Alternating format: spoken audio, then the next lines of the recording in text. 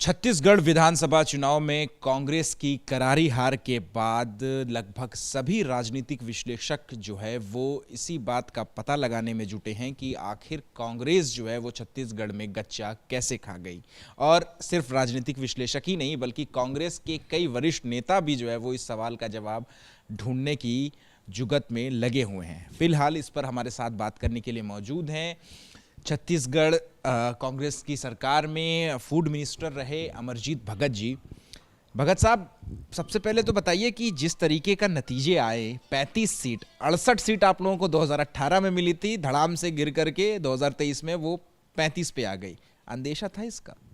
इसका बिल्कुल अंदेशा नहीं था और अप्रत्याशित अनएक्सपेक्टेड इस प्रकार की रिजल्ट आई है जिससे हम लोग शॉक्ड हैं।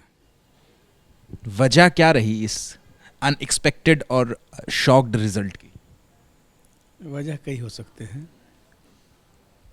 एक तो षड्यंत्र भी था जो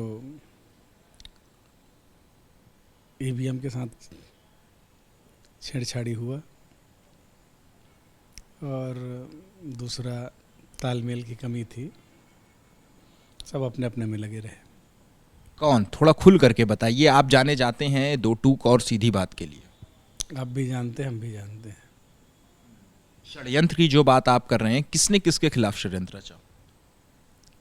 स्वाभाविक सी बात है, जिनको सत्ता में आना था वो षड्यंत्र रचा और उस षड्यंत्र में सफल रहे। टी.एस. सिंहदेव की बात तो नहीं हो रही? नहीं, वो तो सेकेंड उसमें आते हैं।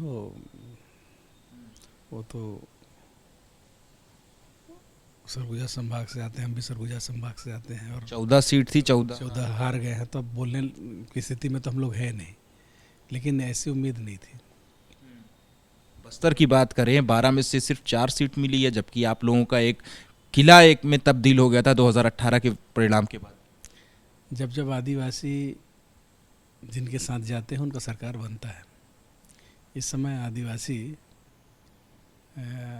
कांग्रेस के साथ छोड़ करके बीजेपी के साथ चले गए और बीजेपी को बहुमत मिल गया। ईवीएम पे जो आप सवाल उठा रहे हैं, देखिए बीजेपी के भी कई नेताओं से इस पर सवाल किया गया। वो कह रहे हैं कि भाई जब कांग्रेस जीतती है चुनाव तब तो ईवीएम अच्छा चलता है, उसके ऊपर कोई सवाल नहीं उठते, लेकिन जहां जहां कांग्रेस हारती है सबसे पहला ठीकरा ईवीएम पर ही फोड़ दिया जाता है। अब तो जिनका काम हो गया हो कुछ भी बोलेगा, लेकिन ईवीएम बहुत विश्वसनीय नहीं है। उसका कारण है कि कई जगह घटना आ रहा है जिसमें लोग ईवीएम पे संदेह व्यक्त कर रहे हैं। लेकिन यही 2018 का चुनाव था जहां पर आप मध्य प्रदेश में आपको अच्छी सीटें मिली, छत्तीसगढ़ में आपको बम्पर सीटें जो है वो जनता का जनादेश मिला आपको, हिमाचल प्रदेश, कर्नाटक में अभी आपको इतनी ज़्यादा पूरी सरकार बन गई आपकी, वहां पर भी चुनाव ईवीएम से हुए। ये बड़े माहिर खिलाड़ी हैं और जहाँ कहाँ खेलना है कहाँ नहीं खेलना है जानते हैं। मतलब ये क्या आपका ये आरोप है कि छत्तीसगढ़ में या मध्य प्रदेश, राजस्थान में ईवीएम के जरिए ही आपकी हार? इस बात से इनकार नहीं किया जा सकता। आपकी पार्टी की कमी नहीं रही कोई? आपको लगता है कि आपने वादे और जनता तक पहुंचा नहीं पाए आप लोग सही से? तालमेल की कमी बताया ना मैं। एक अच्छे तालमेल की कमी दिखी। वो भी अगर रहता आपस में तालमेल तो शायद इसको रोका जा सकता था, इसमें कुछ किया जा सकता था। किसके बीच में तालमेल की कमी दिखी? जो शीर्ष कमेटी बनी हुई थी। कक्का ब्रांड जिसकी छत्तीसगढ़ में बड़ी बात होती है, कक्का ब्रांड फेल हो गया। सभी ब्रांड फेल हो गए, कक्का अकेले काहे गो? सभी ब्रांड फेल हो गए। सभी ब्रांड फेल हो गए। हम लोग सरकार में नहीं आ पाए तो सभी ब्रांड फेल हो गए। लेकिन आप लोग जो बात करते थे धान किसान की, कर्जा माफी की, छत्तीसगढ़िया पहचान की बात करते थे, क्या वजह रही कि जनता तक नहीं पहुंचा पाए? ये समझ से पर इसीलिए तो षड्यंत्र हुआ है लगता है, न कि जिनको सीधा कर्ज माफी का लाभ मिलना था वो अपने हित को छोड़ करके दूसरे को वोट कर दे, ऐसा तो हो नहीं सकता। कहीं भूपेश बघेल और पे जिस तरीके का भरोसा जताया गया था कांग्रेस पार्टी की तरफ से, नारा पहले चला था चुनाव से पहले, आपको भी याद होगा, भूपेश है तो भरोसा है, वो बाद में बदल करके कांग्रेस है तो भरोसा है पे चला गया। वो उन सब बातों का कोई वो नहीं है। ये कुल मिला करके है कि जनादेश जिसको मिला है उन लोगों को बधाई, शुभकामना, बढ़िया चला है।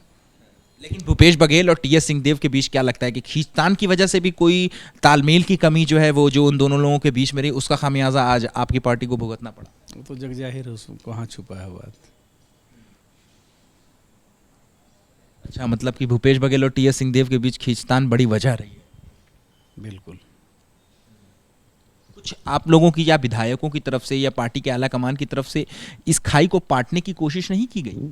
नहीं, कोशिश हुई है लेकिन उसका कोई रिजल्ट निकला नहीं। अगर भूपेश बघेल और टीएस सिंहदेव के बीच में ये दूरियां ना रहती, वक्त रहते इन दूरियों को ख़त्म कर दिया जाता, तो क्या ये परिणाम कुछ अलग हो सकते थे? वो तो अब सब निकल गया। हो सकता था अच्छा होता, हो सकता था कि और बुरा होता, जो भी है। अब वो चर्चा करने का समय रहा नहीं। आगे आप लोगों के लिए क्या है भविष्य में? समीक्षा होगा तो बैठा होगा तो उसमें बात करेंगे। लेकिन राहुल गांधी का आना, खेत में फोटो खिंचाना, किसानों के साथ गमछा बांध करके, मतलब एक छत्तीसगढ़िया पूरी पहचान जो सिंबोलिज्म होता है वो भी किया गया। आदिवासी छूट गए। आदिवासी जो है ना, आदिवासी छटक गया कांग्रेस से, जिस वजह से सरकार रिपीट नहीं हो पाई। आदिवासी सीटों में पिछली बार 32 सीट हम लोग आए थे, इस बार वो घट करके कांग्रेस के पास केवल 3 या 4 रह गई है। अच्छा, बयानबाजी का भी दौर जो है वो चालू है। अगर टीएस बाबा की हम बात करें, जिनको नाम से वो प्रचलित हैं पूरे छत्तीसगढ़ में, तो उनके तरफ से भी ये दावे किए जा रहे हैं कि भाई अगर मुख्यमंत्री जो है वो सरगुजा क्षेत्र से बना होता तो इस तरीके से सरगुजा की 14 सीटें नहीं हारे होते। देखिए, ऐसा है कि अब तो केवल कयास की बात है, वो समय तो निकल गया ना। तो समय रहते हुए भी तो आप लोगों की कुछ ना कुछ इस पे आइडियाज़ पे और बैठक हुई होगी ना? कोई औचित्य नहीं है अब, इन बातों को कोई औचित्य नहीं है। अब केवल किसी को कुरेदने वाली बात है, और जो बुरा होना था हो गया। एक तरफ आप जनादेश की बात कर रहे हैं कि जनादेश स्वीकार है, लेकिन दूसरी तरफ ईवीएम पे फिर सवाल उठा दे रहे हैं, तो ये तो जो होना था, जो परिणाम आ गया, अब तो लंबा लड़ाई है। और सभी विकसित राष्ट्र जो है ईवीएम को हटा रहे हैं, यहाँ सभी हटाना चाहिए। ईवीएम बहुत विश्वसनीय नहीं है। लेकिन इसी ईवीएम की वजह से आपकी सरकार बनी थी, ये भी तो है। ठीक है, उस बात से इनकार कहाँ कर रहे हैं, लेकिन बहुत विश्वसनीय नहीं है। क्या ईवीएम की जगह पे क्या ऑप्शन? उसको फिर बैलेट लाना चाहिए। बैलेट पेपर आएगा तो कांग्रेस की स्थिति कुछ सुधर सकती है? बिल्कुल सुधरेगी। क्या, क्यों, आपको क्यों लग रहा है कि अगर ईवीएम की जगह बैलेट आएगा तो कांग्रेस की स्थिति सुधरेगी? अरे इसमें पता नहीं चलता है कहाँ वोट जा रहा है, उसमें कम से कम लोग मुहर लगाएंगे तो पता चलेगा कहाँ गया है। चलो वीपी, ठीक है। तो देखिए, ये हैं अमरजीत भगत जी, जिनका साफ तौर पे कहना है कि ईवीएम के ऊपर सारा दोष जो है वो यहाँ पर मढ़ा जा रहा है। अगर ईवीएम की जगह बैलेट पेपर होता तो ज़रूर जो है वो छत्तीसगढ़ में कांग्रेस की पिक्चर कुछ अलहदा हो सकती थी। कैमरा पर्सन मनोज त्रिपाठी के साथ अहमद बिलाल, एबीपी न्यूज़, रायपुर।